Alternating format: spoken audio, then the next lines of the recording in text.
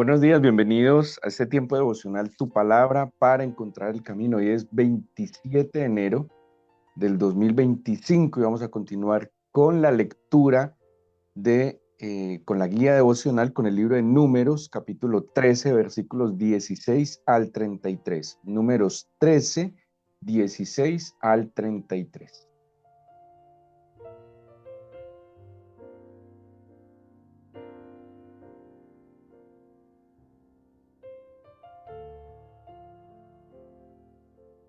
Bueno, como pueden notar en su guía devocional, ya hemos cambiado de libro.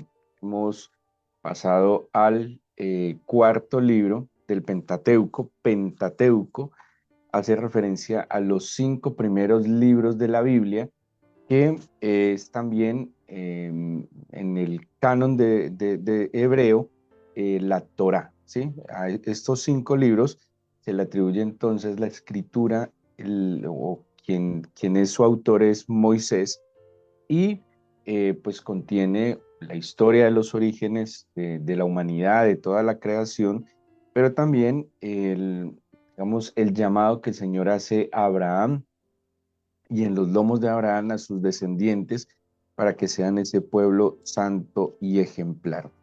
En el libro de Números, bueno, el libro de Números, así lo llama la Septuaginta, y lo denomina de esta manera porque contiene datos, ¿sí? Contiene unos censos que tiene que hacer, unas cuentas que tiene que hacer Moisés y su pueblo, porque están a puertas de entrar a la tierra prometida y pues tienen que se van a enfrentar ahora a otros desafíos. En el desierto, los desafíos fueron con ellos mismos, ¿sí?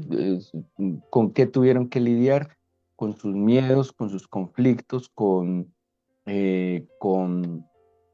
sus inseguridades, su mentalidad de esclavitud, pero ahora pues se tenían que preparar para otros desafíos y era contra otros, ¿sí? Primero una lucha interna con ellos mismos y ahora era una lucha contra otros. Así que pues el libro de Números nos va a hablar de este proceso, qué pasó, cómo se prepararon, si fracasaron en el intento, y precisamente la lectura del día de hoy, que es el capítulo 13 del libro de los Números, nos habla del informe de los espías. Bueno, el informe. Cuando se estudia un poco sobre la comunicación, em, pues dentro de la comunicación, algunos problemas en lo que se comunica tiene que ver con que pues o se habla poco, si se dice, no se dice lo suficiente más bien, y eso puede generar algunas dificultades en lo que se comunica, pero también a veces se habla de más, y cuando se habla de más, también esto genera dificultades en la comunicación, o, como les mencioné hace un momentico, el dar un mal informe, ¿sí? Generalmente, no sé por qué a veces nos centramos mucho en las cosas malas, en lo negativo, y resaltamos mucho lo negativo, ¿sí? Por ejemplo, que lo vamos a ver de una manera muy particular en este pasaje, ese pero, ¿sí? Podemos estar dando un informe sobre algo, pero todo lo bueno que podamos estar diciendo de algo de alguien lo anulamos con ese pero, ¿sí? Es buena gente, pero es simpático, pero, ¿sí? Tenemos esa inclinación a veces no muy positiva, no muy buena, de resaltar lo negativo. ¿Por qué más se genera problemas? Y esto del informe de los dos espías es un problema de comunicación, sin duda alguna, en comunicar de más, o en interpretar también lo que les pidieron que comunicaran, eh, y, y también a veces el no escuchar atentamente afecta y dificulta la comunicación. Pero miremos el pasaje entonces de qué se trata. El Señor le dijo a Moisés que enviara hombres, capítulo 13, versículo 11, voy a irme a unos versículos atrás. Le dice el Señor que envíe hombres con una misión. Ojo, ellos tienen una misión específica. Y la misión específica la dice el versículo 2, que luego la va a tomar de nuevo. Dice, para que reconozcan la tierra de Canaán. Sí, hago una claridad. Hay dos lugares mencionados en la Biblia que es Canaán y la ciudad de Caná o Cafar Caná, que es como una aldea. Caná, que termina solo en A y tiene su acento en la última sílaba, es el lugar del milagro de donde el Señor convirtió el agua en vino en las bodas de Caná. Este es un lugar que queda en la Galilea. Y Canaán es una región más amplia. Caná entonces es una pequeña ciudad y Canaán es la tierra donde moraban los cananeos, ¿sí? Los descendientes del hijo menor de Noé. Por eso se conoce esta zona como la tierra de Canaán, porque allí moraron inicialmente los descendientes de Cam, hijo de Noé, ¿sí? Entonces, para distinguirlo, porque en el Nuevo Testamento se va a mencionar es Caná, y en el Antiguo Testamento se menciona la región de Canaán. ¿Cuál era entonces la misión? Lo dice el versículo 2, reconocer la tierra de Canaán. ¿De a quiénes envía? Esto es muy importante. Envía 12 príncipes, o sea, no envió cualquier persona.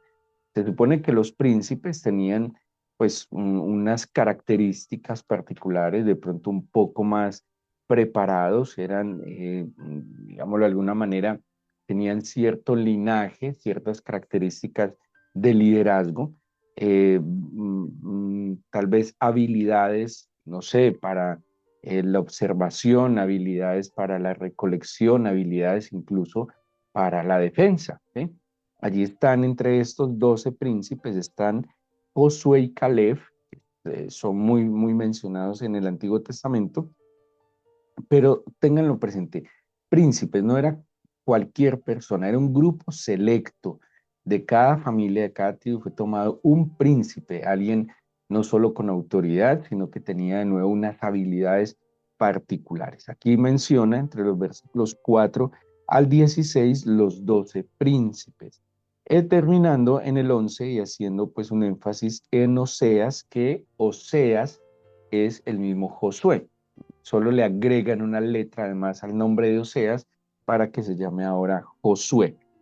Y ojo con el 18. ¿Qué les dice? Entonces, la misión general es reconocer la tierra. Ahora en detalle, ¿qué tarea deben cumplir? Y préstenle mucha atención porque la Biblia en términos generales es muy específica en las instrucciones. Pues el plan del Señor es que nosotros nos movamos de acuerdo a su voluntad y por eso la Biblia en términos generales es clara. Somos nosotros los que a veces le damos como enredos a la Biblia, pero en términos generales la Biblia da instrucciones claras, haga o no haga. ¿Sí? En términos generales la Biblia nos dice, haga esto o no haga esto. ¿Sí? Ahora, les dice que cuando vayan a reconocer esta tierra tienen que hacer lo siguiente. Versículo 17 de nuevo dice, los envió pues Moisés a reconocer la tierra de Canaán y les dijo, primero, subid de aquí al Negev y subid al monte. O sea, les estableció una ruta, ¿sí? Les dijo, suban, ellos estaban en un lugar que es como, digámoslo, hoy más o menos entre la frontera entre Jordania, Egipto, Israel, ¿sí? Más o menos estaban ahí, como cerca al Golfo de Acaba, eh, y pues todo eso es una parte desértica, entonces en la Biblia los conoce como Cades Barnea, entonces suban al Negev y a través del Negev vayan hasta el monte, ¿sí? O sea, porque el desierto en la parte izquierda, subiendo de sur a norte por Israel, Israel en sí, ¿qué es? Israel es el Valle del Jordán, ¿sí? En la parte oriental. Ese Valle del Jordán tiene dos lagos, un lago dulce, un lago salado, el mar de Galilea o lago de Genesaret o de Kineret, menos 200 metros bajo el nivel del mar, y desemboca en el mar salado o mar muerto, que está a menos 400 metros al nivel del mar. Eso está en la parte oriental. En el centro de la Tierra Santa hay una cordillera, ¿sí? que su parte más alta es el monte Hermón, que está mencionado en el Salmo 133, y la parte occidental, digamos que son tres regiones en términos generales, algunos identifican cuatro, y esa es una cordillera, y Jerusalén está en medio de la cordillera. Jerusalén está aproximadamente a 800, 900 metros sobre el nivel del mar. Pues si viene uno desde el desierto de donde está el mar de salado, pues obviamente ya va a ser un ascenso de 1300 metros. Y al lado occidental está la costa sobre el mar Mediterráneo. Entonces, ¿qué le dice Moisés a ellos? Desde el desierto al sur, suban a la montaña, ¿sí? Vayan a la montaña, porque acuérdense que el centro del pueblo de Israel sería en medio de la cordillera, la ciudad santa de Jerusalén. Ahora, como tenían enemigos, ¿dónde es más seguro establecerse? En el desierto, en el valle, eh, debajo o arriba. Siempre es mejor, y cuando la Biblia habla de la bendición, dice que es mejor estar adelante que atrás, que es mejor ser cabeza que cola, que es mejor estar arriba que abajo. Siempre es mejor vivir arriba, ¿sí? Y esos eran lugares que buscaban los antiguos para establecer su ciudad, ¿sí? Bueno, varias cosas, que fuera segura, que tuviera vías de acceso, que tuviera agua y tierra para cultivar. En el desierto no había nada, pues bien lo dice la palabra, era desierto. Entonces les da por dónde irse, la indicación, cojan este camino sin complicaciones.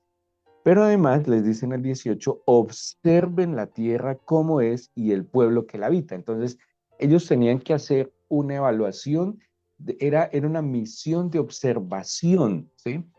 Y es tan detallada la instrucción que les dice incluso qué van a observar. En términos generales, dos cosas, la tierra y el pueblo. ¿Por qué? Pues porque la tierra es la que van a poseer, pero el pueblo es el que van a conquistar. Entonces tienen que saber qué características tiene el pueblo que van a conquistar y la tierra que van a poseer. Entonces les da unos detalles y les dice, bueno, hablemos de la tierra. ¿Qué van a observar sobre la tierra? Primero, si están habitadas las ciudades, ¿sí? Bueno, primero si la tierra es buena o mala. Primero, ¿la tierra es buena o es mala? Uno. Dos, cómo están habitadas las ciudades o si estos pueblos están viviendo más bien en campamentos. Si, acuérdense que el mismo pueblo de Israel era un pueblo nómada, o si hay plazas fortificadas, eh, evalúen cómo es el terreno, si es fértil o es infértil, si hay árboles o no. Todo esto era muy importante, ¿sí? Porque de nuevo, primero ellos debían prepararse, por dónde empezamos, cómo lo vamos a hacer, tenían que elaborar una estrategia o unas estrategias, y para elaborar estas estrategias tenían que tener un diagnóstico, pues lo más ajustado posible a lo que se iban a encontrar. Pero del pueblo, entonces, respecto a la tierra, tienen que observar esto, cómo están constituidas las ciudades, si son grandes ciudades, si son campamentos, si son plazas fortificadas, y cómo es el terreno en sí, si es fértil o infértil, árboles o no. Ahora, fruto de esta observación, ¿cómo les explico? Sí o sí, ese era el plan que tenía el Señor. Deben conquistar esta tierra. Diagnostiquen para saber cuáles son las estrategias a tomar de cómo lo van a hacer, pero es lo que van a hacer. No quiere decir que si su informe dice, no, eso es muy infértil, entonces vámonos, devolvámonos para Egipto. No, o sea, si es infértil, tenemos que tomar unas acciones para mejorar esa condición, ¿sí? Si no hay árboles, pues tenemos que tomar unas acciones para mejorar esa situación. O sea, el diagnóstico no era para no proseguir a la misión, sino para prepararse mejor a la misión, ¿sí? De eso se trataba. Ya el Señor había establecido un plan, un proyecto, y pues la manera o esta investigación era para que el proyecto se pudiese desarrollar de la mejor manera, que tuviera una mejor preparación. El pueblo entonces dice si es fuerte o débil, si es poco o numeroso. Eso también era necesario para establecer una estrategia. En el versículo 23, bueno, dice el 22, subieron al Negev, vinieron hasta Hebrón. Hebrón es una ciudad al sur de Jerusalén donde vivió David. De hecho, el reinado de David empezó en la ciudad de Hebrón, también queda en medio de la montaña. Bueno, ahora, para nosotros pensar en montaña, nosotros vivimos rodeados de montañas, tenemos montañas altísimas de no solo cientos de metros, miles de metros de altura. Entonces, pues nosotros a veces, y cuando yo les digo cordillera, tal vez a usted se le viene a la mente la cordillera central, occidental, oriental. No, es mucho menos que eso. ¿Sí? Estamos hablando que, pues, si Jerusalén es de las partes altas y está a 800 metros, pues no es una gran cordillera como lo que nosotros tenemos. Además, nosotros nos imaginamos una cordillera seguramente con tonos de verde. Estamos hablando de una cadena montañosa que está en medio de un desierto. ¿Sí? Son tonos áridos, ¿sí? Es tonos café, beige, ¿no? No es como lo que nosotros tenemos. Dice entonces, en el versículo 22, subieron al Negev, vinieron a Hebrón, allí estaba Ahimán, Sesai, Talmai, hijos de Anac. Hebrón fue edificada 7 años antes de Soán en Egipto. 23, y llegaron hasta el arroyo de Escol, y de allí cortaron un sarmiento con un racimo de uvas, el cual trajeron dos en un palo, y de las granadas y de los higos. Según Deuteronomio 8:8, cuando el Señor está describiendo la Tierra Santa, en el Deuteronomio 8:8 habla de 7 frutos. ¿Sí? ¿Cuáles son los 7 frutos que se mencionan en Deuteronomio 8:8 que habría en la Tierra Santa? Están el trigo, la cebada, las vides, que son las uvas, las higueras, que son los higos, las granadas, los olivos, y menciona la miel. La miel no es de abejas, sino que era la miel que se extrae de un fruto muy famoso hoy en el desierto, que son los dátiles. ¿Sí? Los dátiles es un fruto dulce del cual extraen miel. Estos 7 frutos son los frutos de la tierra prometida, de nuevo: uvas, higos, granadas, trigo, cebada, olivo y dátil. Cuando dice la Biblia, y ahorita lo vamos a ver, cuando dice tierra que fluye leche y miel, no había vacas, ¿sí? El ganado no era muy abundante. La leche es como la manera de verlo eh, de los higos. Cuando se corta el higo suelta una sustancia lechosa, ¿sí? Em, que es como manchosa, y la idea es como liberar el fruto de esto para que madure mejor y tenga un mejor sabor. Y la miel sale del dátil. O sea, cuando pensábamos en leche y miel, seguramente pensábamos en vacas y en abejas. No, ni vacas ni abejas. Eran higos y eran dátiles. Ese era el fruto de la tierra. La tierra no tenía abundancia en estos animales. Incluso el desierto de Judá, por eso la misma figura del escudo de Judá es un león, porque en el desierto había leones. Entonces, pues si había leones, seguramente cualquier animal de estos era una presa fácil de los leones.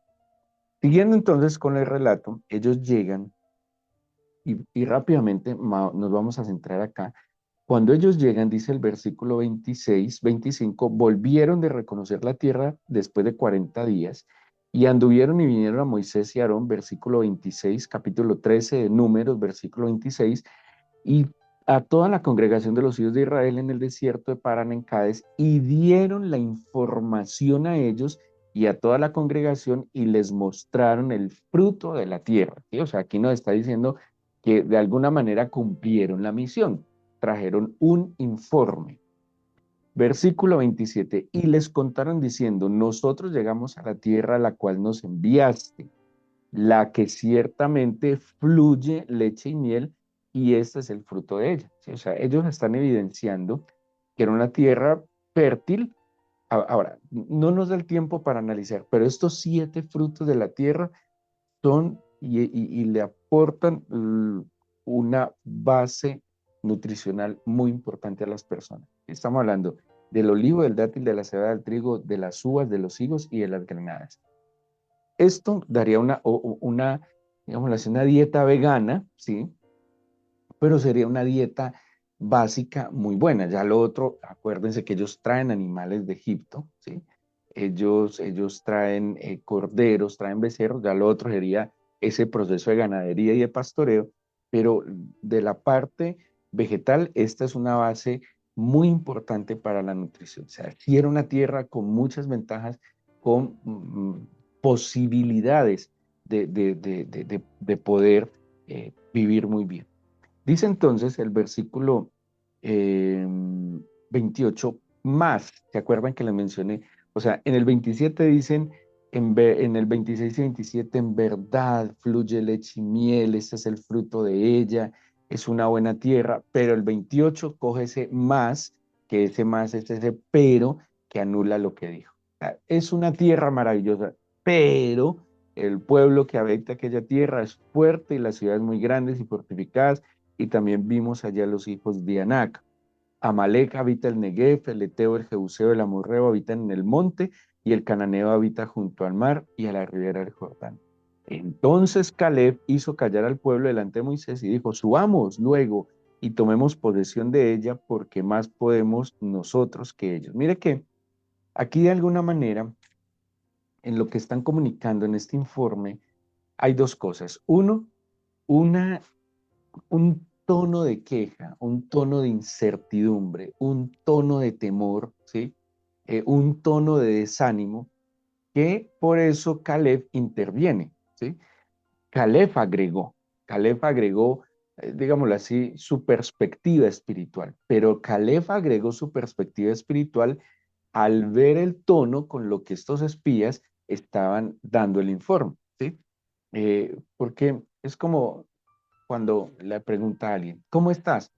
Ahí vamos. O sea, ese, eso es un informe negativo, desanimado. Entonces, estos vienen por el desierto, han pasado situaciones en el desierto, tienen que entrar a conquistar. Y los espías, en vez de creer, de animar, de mostrar o decir, listo, es lenguaje, ¿sí? Acuérdense que el lenguaje no solo son las palabras, también son las expresiones, las posturas que se asumen en lo que comunican. Y Caleb identificó que estos espías estaban comunicando de manera equivocada. Ellos, como alguna vez hablábamos, tenían una inclinación al déficit, a ver lo que no hay, lo que falta, lo que no se puede, lo difícil, pero no como el Señor Jesús, que siempre tenía la actitud del recurso, lo que hay. Tomemos lo que hay y con lo que hay podemos salir adelante. Mire, cuando la mentalidad del creyente todavía está en esclavitud, siempre ve lo que le falta, lo que no tiene, lo que no puede. Es como dice, si yo tuviera esto, todo sería diferente.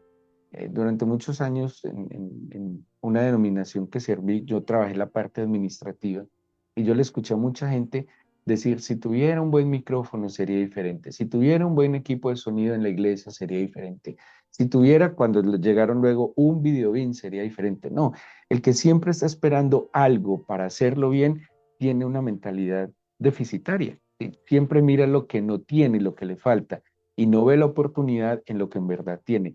Estos espías estaban viendo el déficit, pero Caleb dijo, no, ¿cuál es nuestro más grande recurso? Pues el Señor. Es que si lo tenemos a Él, lo tenemos todos. Si Él está con nosotros, ¿quién contra nosotros? Entonces, estos varones, dicen, el 31 digámoslo, eh, callan a Caleb, ¿sí? No le permiten seguir diciendo, dicen, pero los varones que subieron con él dijeron, no podremos subir contra aquel pueblo porque es más fuerte que nosotros. Una cosa es que el otro pueblo sea fuerte y que sea numeroso, eso fue lo que le dijo el Señor que mirara, pero ¿cómo saber que es más fuerte que nosotros? ¿Cómo saber que puede más que nosotros lo que está delante? Entonces dice el versículo 32, se hablaron mal entre los hijos de Israel de la tierra que habían reconocido. Ojo con esto, empezaron a hablar mal, un mal informe. ¿Sí? Es un problema que tenemos en la comunicación, que tendemos a hablar, mira, ¿y cómo le fue en la iglesia? Ah, muy bonita, pero es muy lejos.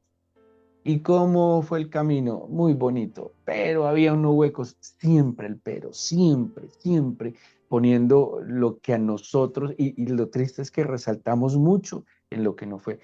¿Cómo estaba el almuerzo? Estaba bueno, pero salado, ¿sí? Y eso es algo que contamina, nos contamina a nosotros y contamina al otro también. Entonces, estos lo llevaron a tal punto, pues que el pueblo empezó a murmurar, a desanimarse, empezó a lamentarse. Y miren lo que agregan estos hombres. La tierra por donde pasamos es tierra que traga a sus moradores, y todo el pueblo que vimos en medio de ella son hombres de gran estatura.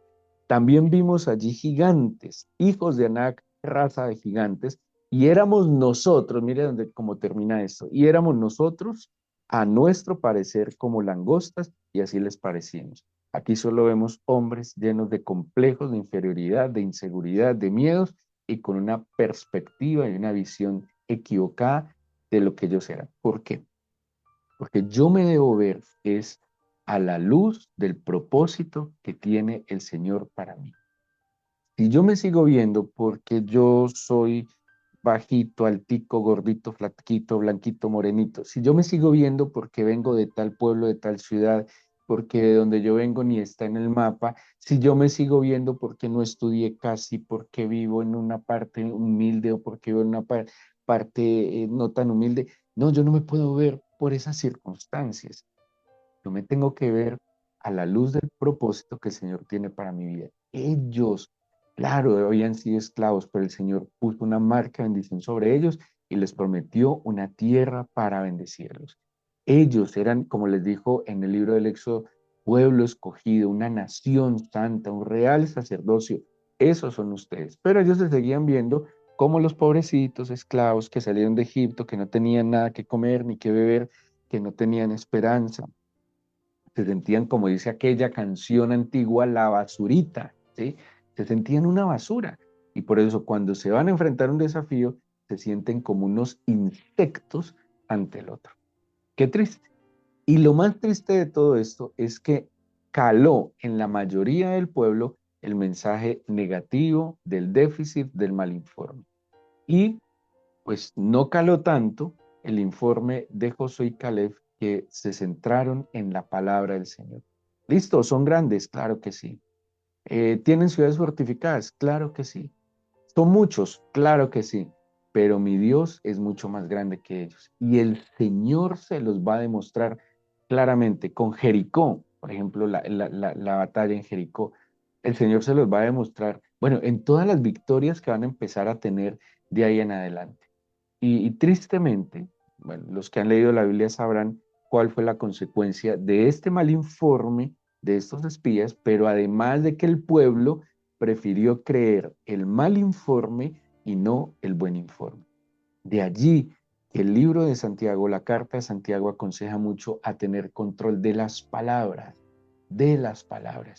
porque cuando hablamos mal, es que hablar mal, ¿qué es? Es maldecir, y cuando nosotros hablamos mal, nosotros mismos nos estamos echando encima ciertas maldiciones. Por eso la Biblia nos exhorta a hablar con mucha prudencia y más bien hablar medidos, ¿sí? En las muchas palabras advierte la Escritura, hay necedad. No todo lo que usted piensa y siente es verdad.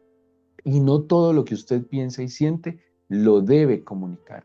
Porque muchas veces sus pensamientos y sus sentimientos, o me incluyo, nuestros pensamientos y sentimientos, nos engañan. Por eso no todo se puede decir.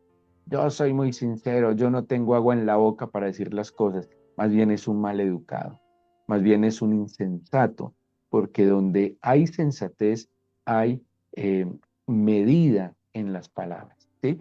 Entonces, no, estos espías le dieron lastimosamente rienda suelta a lo que había en su corazón y contaminaron a los demás. Pero Josué y Caleb, espero que sigan la lectura del capítulo 14, por ejemplo, eh, eh, cuál fue la postura diferente de Josué y Caleb.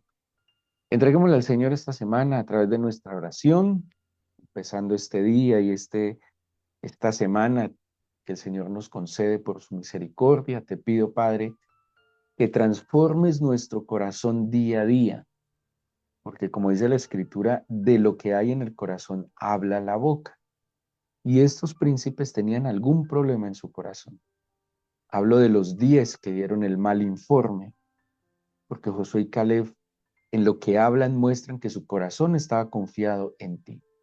Por eso dice la Biblia, dame, hijo mío, tu corazón y miren tus ojos por mis caminos. Una buena oración hoy, empezando esta semana, sería entregarle el corazón al Señor. Tómalo, Señor. Toma mis miedos, mis dudas, mis inseguridades. Toma, Señor, mis complejos, por favor. Toma todo lo que mi corazón me ha hecho daño, las equivocadas impresiones y percepciones. Dame un corazón conforme al tuyo. Moldéalo, transfórmalo. Que tu palabra, Señor, transforme mi corazón día a día, para que cuando yo tenga que enfrentar un desafío, no me vea como un insecto, sino que me vea como un hijo tuyo, heredero tuyo, coheredero con Cristo. Hay una visión que tú tienes de mí, tú tienes una perspectiva de mí, y yo quiero, Señor, entenderla, comprenderla y verme de esa manera.